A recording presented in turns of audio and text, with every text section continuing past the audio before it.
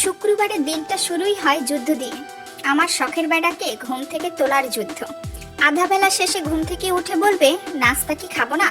তো নাস্তা খেতে হলে তো আগে উঠতে হয়, তাই না? এমন নবাবিপনা করলে দুপুরে রান্না কি রাতে হবে? এইসব কি আর বুঝবে মাথা মোটা লোক? মনটাকে বরফ টুকরো দিয়ে ঠান্ডা করলাম। ঝামেলা করে লাভ নেই, এই লোক নাস্তা না খেয়ে বাজারে যাবে না। তাই ঝটপট নাস্তার চ্যাপ্টার শেষ করে বেটাকে ঠেলে ঠুলে বাজারে পাঠালাম। মনে হয় সেটার প্রতিশোধ নিতেই এই হাফ বেলায় আস্ত মুরগি কপালে জুটলো। রোস্ট আর কোরমা খেতে চান, তার সাথে আবার মুরগির ঝাল ফ্রাই, সাথে পোলাও ছাড়া তো আর হবেই না। খাওয়ার বায়না দেখে আর বাঁচি না, ঠং যত। এরপর শুরু হয় দ্বিতীয় যুদ্ধ। আমার শখের বেড়ার শখ আবার মারাত্মক। নামাজের আগে বাজার দিয়ে যাবে, নামাজ শেষ করে এসে বলবে, খাবার কি সব রেডি? মানে জাদুর মতো ব্যাপার। এইটুকু সময়ে খানা পিনা কি আকাশ থেকে পড়বে? উফ, কন্ট্রোল কন্ট্রোল। রাগ করে কোনো লাভ নাই, চুপ থাকাই শ্রেয়।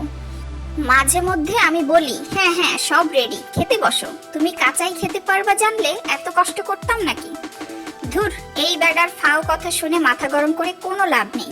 লস ঘুরে ফিরে আমারই, কারণ রান্নাটা তো শেষ পর্যন্ত আমাকে শেষ করতেই হবে। একদিকে পোলাওয়ের চাল বলছে আমাকে ধুয়ে দাও, অন্যদিকে মুরগি রোস্ট হয়ে বলছে আমাকে একটু নেড়ে দাও না প্লিজ। আরেক পাশ থেকে ডিম বলছে, আমি কি দোষ করলাম ভাই? এদের বেচালের মধ্যে এক ফাঁকে সালাদ আর লেবুটা রেডি করে নিয়েছি। দেখে মনে হচ্ছিল আমি চুরি করে নতুন নতুন আর্ট শিখেছি। সব মিলিয়ে রান্নাঘর হয়ে গেল এক 5 স্টার হোটেলের ফাঁকিবাজ কিচেন। আমি একাই শেফ, একাই সুপারভাইজার, আবার একাই সাবজেক্ট। তো এই বিশাল আয়োজনের পর এখন প্রশ্ন হলো, দেখে কি মনে হলো? খাবারগুলো আসলে খাওয়ার মতো হয়েছে তো, নাকি আগে একটু টেস্টার লাগবে? আমার বাসার টেস্টারটা অবশ্য রেডিই আছে, কিন্তু রেডি থাকলে হবে কি, রান্নাই তো এখনো শেষ হয়নি। ডিমের পার্ট চুকিয়ে এবার রোস্টের পালা। রোস্টের কথাই মনে পড়লো।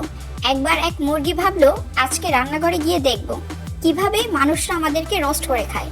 মুরগি গিয়ে দেখলো কিচেনে বসে একটা লোক মশলা মাখছে আর বলে যাচ্ছে, তুমি একটু কালো, কিন্তু গরম হলেই দারুণ স্বাদ হবে। মুরগি একটু রেগে গেল, বলল, এটা তো খুব অপমানজনক। কালো না, আমি তো সোনালি সুন্দর। লোকটি একটি হাসি দিল, বলল, তুমি সুন্দর, কিন্তু তুমিই তো শেষ পর্যন্ত রোস্ট হয়ে যাও। মুরগি একটু মাথা নেড়ে বলল, অথচ আমি তো ভেবেছিলাম আমি এখানে ফ্যাশন শো করতে এসেছি।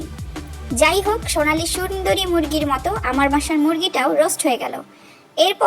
এরপর আর কি, একে একে সব রেডি করছি। তবে পোলাও আর ঝাল ফ্রাই এখনো চুলায়। সেই সব বাদ, এখন তোমরা বলো, শুক্রবারে কি কি কাণ্ড করলা? তাড়াতাড়ি কমেন্ট করে জানাও, তা না হলে কিন্তু তোমাদের দিকেও এক প্লেট পোলাও ছুঁড়ে মারবো।